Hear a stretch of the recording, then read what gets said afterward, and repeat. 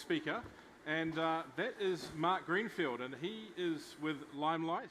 Now, the reason why we've brought Mark here to get today and why we've aligned this with Google is he's going to talk a little bit about, well, a few things about dealerships, but partially around reviews, which is kind of the other side of the internet element. They find you, but they also talk about you afterwards. So Mark's going to touch on a few things around that and a few broader things, and then we'll have a Q&A with Rob and Mark after the session. So thank you, Mark. Cool. Thanks, Richard. Geez, where did you drag that old photo up from? Mate, I was like 10. Where are we? I'm here today to talk about online ratings and reviews. And when I first began thinking about what I'd put together for this, I took a bit of a step back in time to look at, well, was there some sort of period in time when using symbols or some sort of ratings existed to indicate the value of something? And I really had to get back to early 1820s, where the use of exclamation marks was the first kind of records of depicting the special value of artworks. And then later on in the 1820s, it moved to Murray's Traveller's Handbook, where they started using star ratings with 0 to 3-star ratings. And that really sat around destinations around the world with cities and countries of places of interest that you could visit. And then a little bit later on, in the early 1900s, the New York Times started to begin to publish book reviews, again with a 3-star rating, which then progressed into movie reviews in the newspapers. And then, I guess, in the 1930s, Michelin came about with their guide, and they started rating restaurants and issuing a 1-star Michelin rating, which progressively moved to 3 stars. The Murray's Handbook for Travellers, that was the first that evolved into hotels having a star rating, which many of us would be familiar with, and that continued on for a number of years. But it was really up until 1999, until the internet came about, was all of these guides and reviews that were done previously were based on publishers, journalists, etc. And it wasn't really the consumer that was experiencing services of anyone, that really the consumer ultimately got their voice once the internet came about. And eBay kicked that off in 1999 when they allowed the buyers and sellers of goods on their site to review each other, which ultimately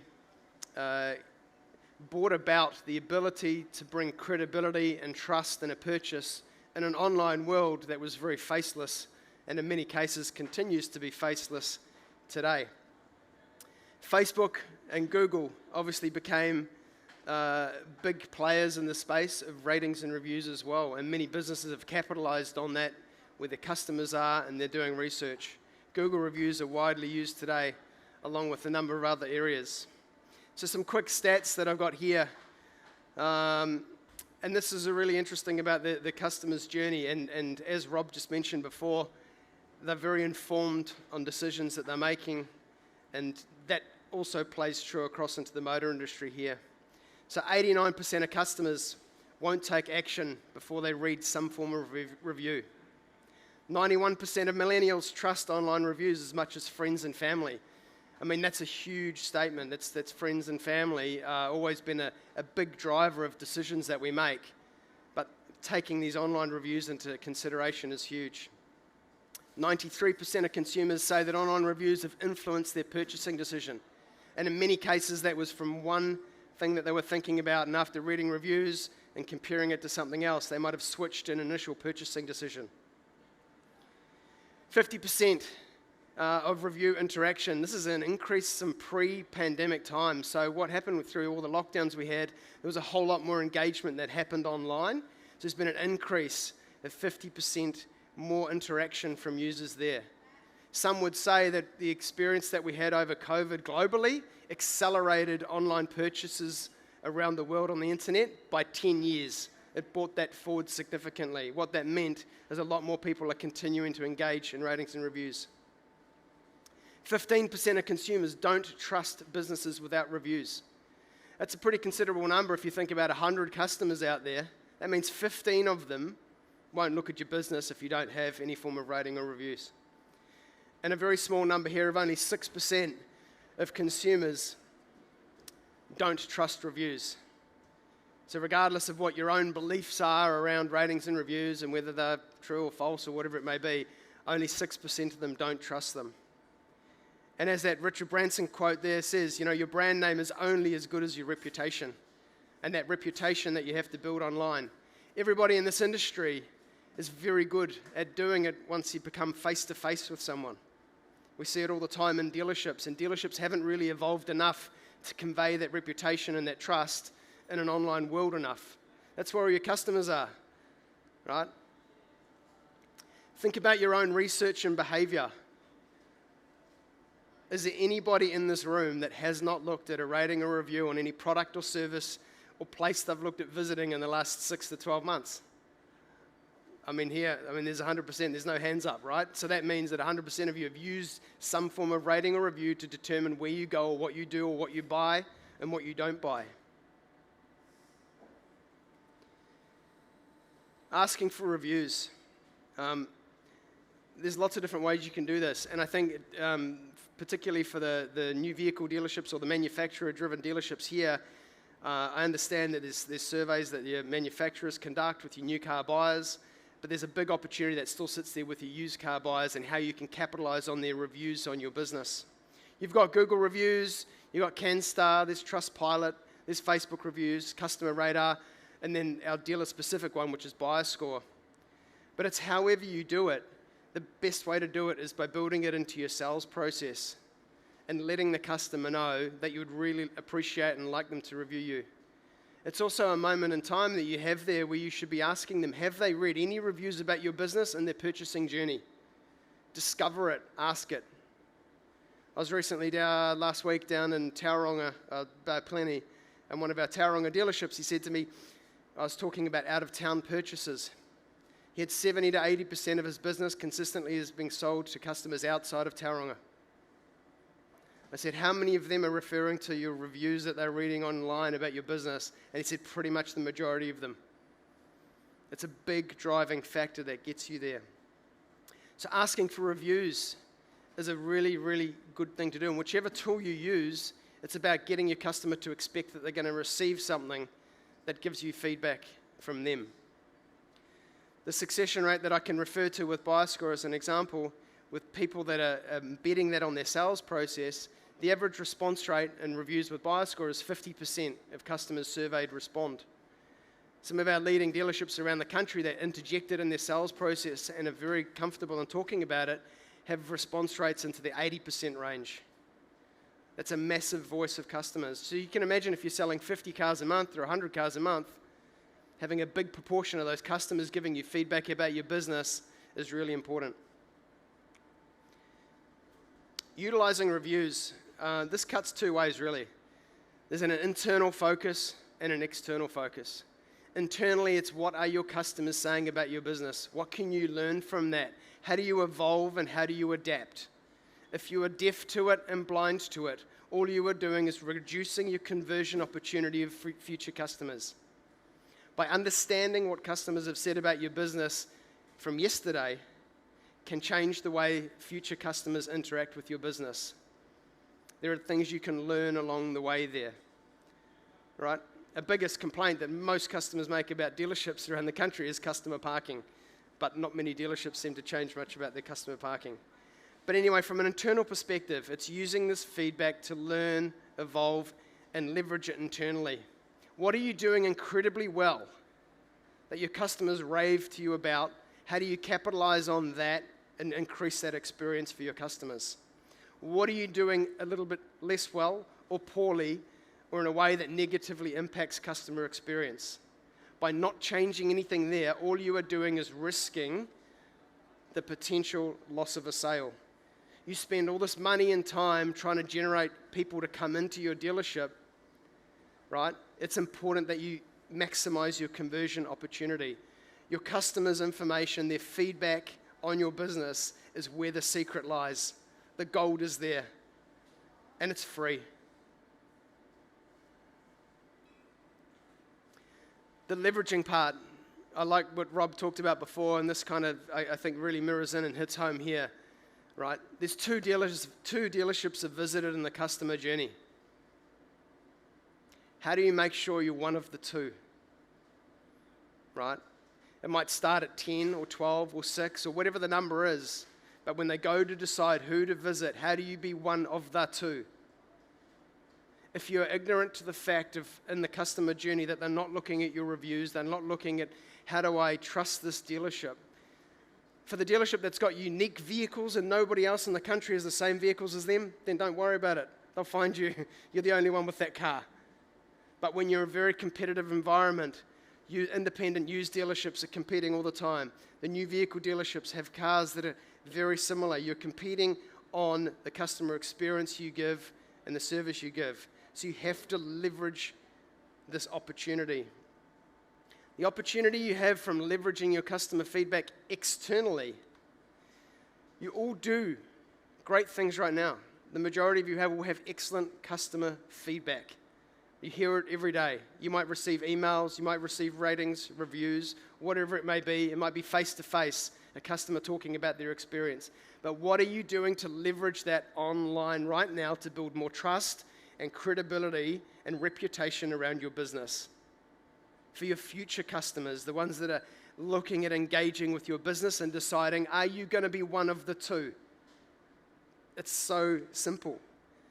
You've got to increase the probability of converting that customer. It's not just ratings and reviews, it's having great photographs, great description of vehicles, conveying your dealership well on your website. There's a whole myriad of things. It's about making sure you have presence across lots of online advertising mediums. But that when it gets down to it, how do I leverage my feedback that I'm getting from my customers today online and doing that well? Responding to reviews, and I'm making this really short because I'm helping Richard out with time here, right? So responding to reviews. Okay, 96% of users read businesses' responses to reviews. That's a huge number. This is where you are being judged hard. Customer reviews are one thing, but it's how you respond to your customer reviews is another thing. You should be responding to every single review that you get from your customer. They have taken time out of their day to give you that feedback, whether you've encouraged them to go to Google and leave you a review, or Facebook, or they've responded to your buyer score review, or come back through Customer Radar. Whatever it is, it doesn't matter. Make sure you respond to every single review, right? Don't just do a blanket copy and paste, thank you, thank you, thank you. Give some context. Take 10 seconds to write something a little bit more specific about the appreciation, right? Because those prospective customers looking at your reviews, they are looking at what you respond. You haven't responded to a single review. Okay, do you really care about your customer feedback? There's some amazing feedback here, but respond to it in a way that appreciates the customer, because these responses make the difference and can make the difference in the future of you being one of the two. It's as simple as that. Negative reviews. This is a good one. A lot of dealers, when they do start to engage in seeking customer feedback, they all perceive it's all going to be negative. They're worried. You know, I've had 300 plus scared dealerships worrying about gathering feedback from customers. They soon learn very quickly that the majority of it is very, very positive. Okay? More than 2/3 of users trust reviews more when there's a mixture of negative reviews in there, right? We had the Commerce Commission look very heavily at buyer score for us. They loved that they could find negative reviews in there. It helps support the credibility. The majority of your reviews will be positive, and having a few negative reviews in there isn't a bad thing, because you are human and you're not going to get it right, and you're not going to keep every single customer happy along the way. But again, just as important with your positive reviews, it's responding to your negative reviews, right? Critically important is how you respond to your negative reviews. Don't get personal with customers. Don't get emotional. Don't get abusive. Don't discredit them, and don't harass them for weeks after the fact. I can show you right now, there's plenty of Google reviews, and you'll see them out there, particularly where the business knows who the customer is because there's a customer name there, right? And they start to get very abusive and very personal, and you see these big, long rants discrediting the customer. You are being judged. Don't worry about that customer. That was one moment in time. Think about the other 500,000, 10,000 customers that could do business with you in the future and what their perception of your response is. How do you treat your customers? This gives you the ability to show appreciation, show empathy. It gives you the ability to put context around their complaint. Explain what you did to rectify it. I appreciate you're still upset. I understand the situation. We tried to rectify it this way for you. Please come back and see us if there's anything more we can do. I also encourage dealerships to use another reference in here is reference your other positive feedback that you have there. You can talk about how, as you can see from our other reviews from customers, your experience is not typical of what we deliver. We apologize for that. By you putting that context around it and that framing up that experience and that negative review, the credibility that you give to anybody else looking in at your business is significant, and it dilutes the psychological aspect that dilutes the negative review is significant. So don't be afraid of them and respond to them. 53% of customers expect businesses to respond to negative reviews within a week. 1 in 3 people have a much shorter time frame of expectation on there. Okay? 45% of consumers, so they're more likely to visit a business if they responded to negative reviews. You could have 200 reviews on there and only 10 of them are negative, but if you've never responded to a single one and you've let them fester out there, it starts to dilute the opportunity that you have to convert that customer. I always believe that every customer and the opportunity that sits with you and a customer starts at 100%. It's what do you do along the way in their journey that starts chipping away the likelihood of them arriving in your dealership. And then once they arrive in your dealership, it's what do you do to keep reducing that along their journey. Go all in on it and respond to all reviews. And it's just a general thing, companies aren't responding fast enough. So the reality is, with online ratings and reviews, they are here to stay. They are not going anywhere. It's evolved rapidly. I can only see what will happen with voice search in the future as you start using virtual assistants like Alexa. When customers start asking for, find me these vehicles only from dealerships with a rating of X and above. If you are unrated or have a low rating, you will not be found and you will not be discovered by your customer, which reduces your opportunity to be present for them. Take it seriously. No matter how you go about it, do something about it and leverage that part of your business. Leverage the great customer feedback you do have. Don't just have testimonies on your website. Leverage it hard to get it in front of future buyers. How can you leverage it in your email correspondence? How can you leverage it in your face-to-face communications? How do you leverage it on your website, on listing sites? Wherever you can, frame it up to make sure you do everything you can to be one of the 2 that get chosen. It's as simple as that. That's all from me. Cut it short.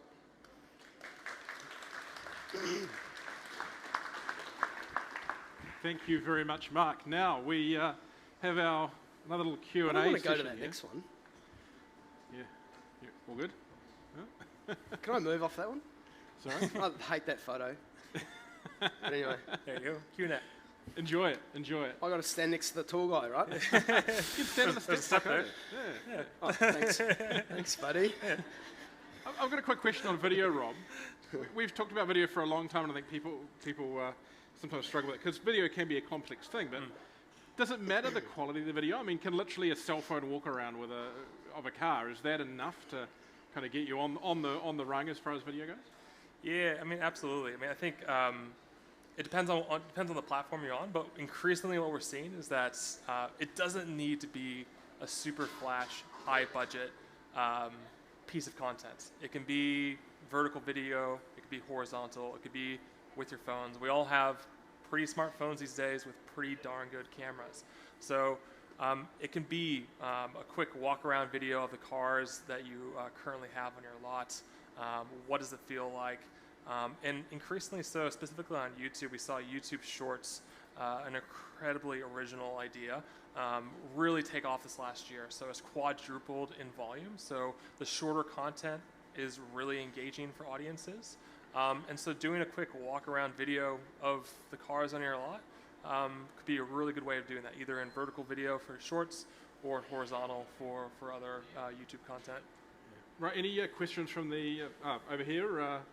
You have a microphone over to you. Hayden.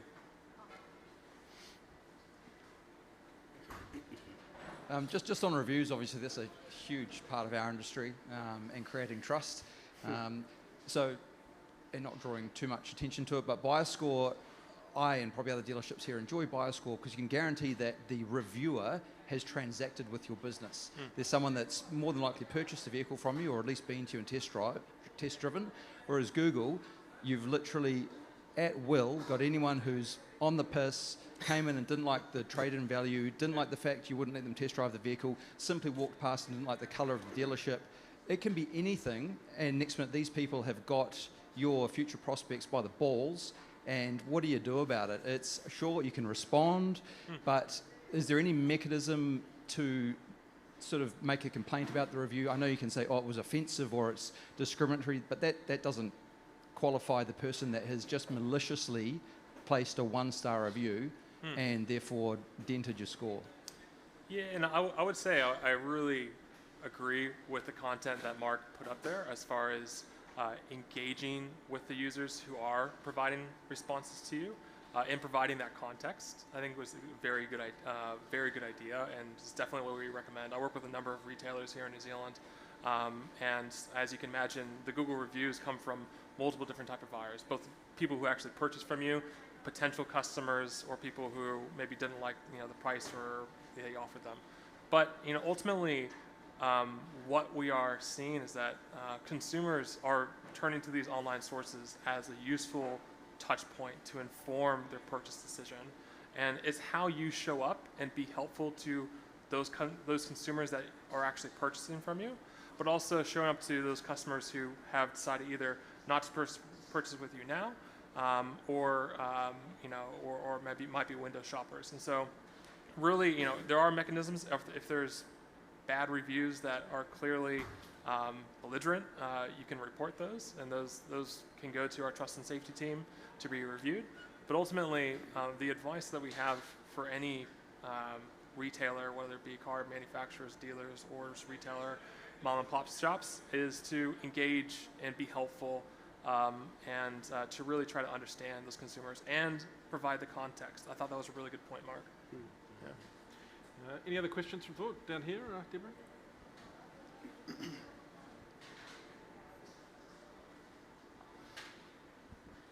Hi, I see the likes of digital retailing getting quite big in America, such as like Carvana. Do you see that happening in New Zealand in the future with the kind of levels of trust people have? I think Carvana's an interesting story at the moment. Do you mind explaining or going into that question a bit more in detail? I feel like New Zealand's very more kind of a personal touch, building that trust face to face. See the online retailing picking up, but do you see it getting to that kind of level where the full experience will be online?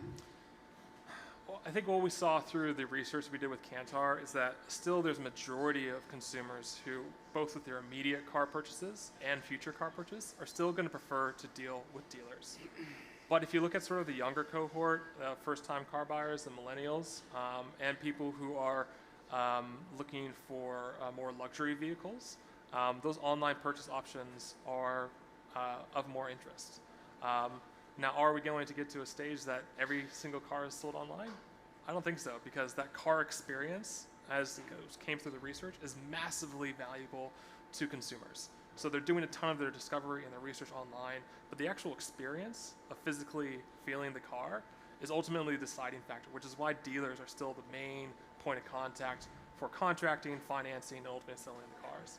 So are we going to get to, selling tons of vehicles online and majority vehicles online? It's hard to say, but maybe the role of sort of us as dealers or audio manufacturers continues to shift as the market shifts. So how we show up, how we communicate, and how we be present for those consumers is important for us to think about. I think we've got an interesting presentation this afternoon from Todd Fuller, where he's actually going to discuss how some of those tools that are being used for selling cars online can be integrated into your sales process at the moment, which is, I think, an interesting take on it.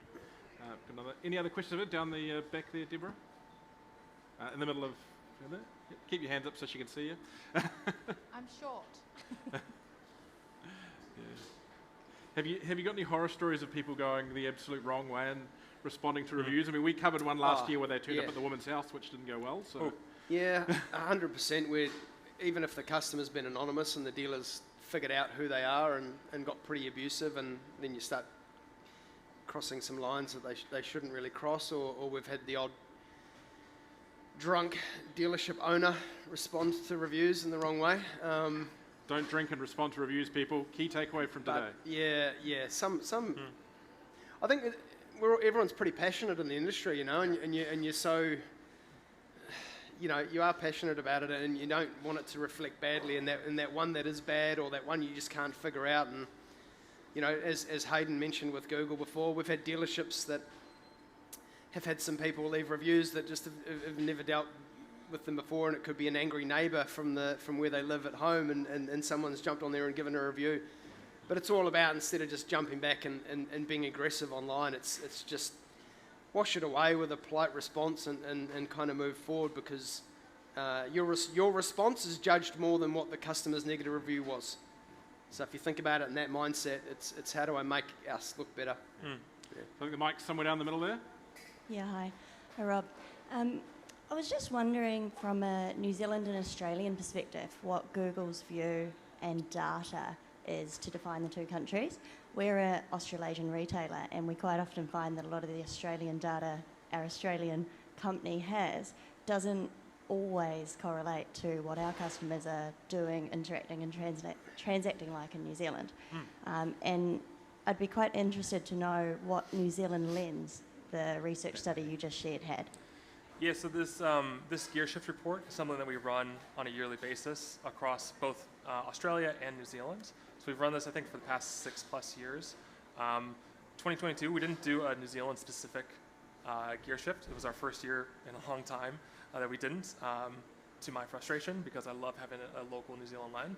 But over the last 5+ years, we've actually had fairly similar outcomes to the Australian data. And so I presented the Australian, most of the stats in there are pure Australian, but with the lens that it does have a ton of overlap to the New Zealand market.